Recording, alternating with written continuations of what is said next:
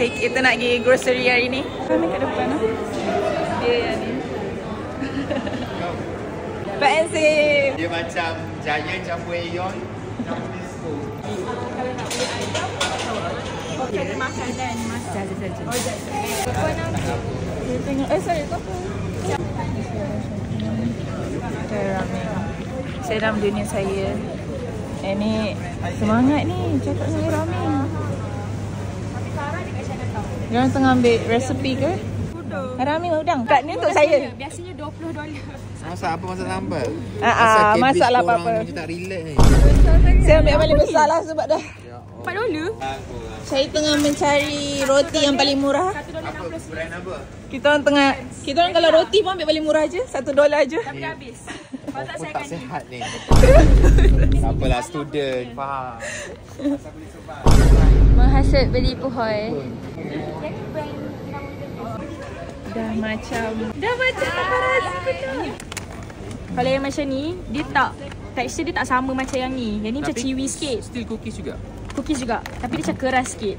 Jika abang suka. Okay, kita bawa jom pergi tengok Whitakers. Ni coklat Whitakers. Kalau nak recommended flavor ni, my favourite. Sedap. Sedap. Yang ni persen lah. Aku tak persen. Siapa nak ambil gambar tadi? Betul. Yang artisan collection. Benar. Hanya ada di sini. Jiran sekampung. Masak apa lah budak-budak ni? Aku nak masak apa yang ada lah. Kita orang apa yang kami mampu.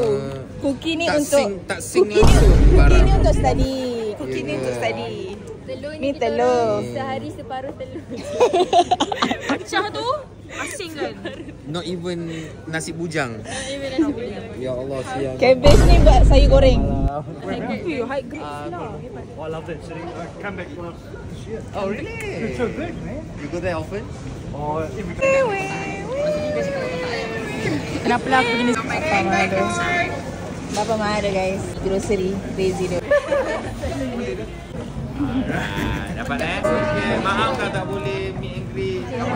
Okay. Salam kat orang semua lah. InsyaAllah. Terima kasih datang. Jaga diri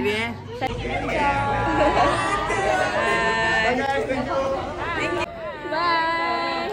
Take care.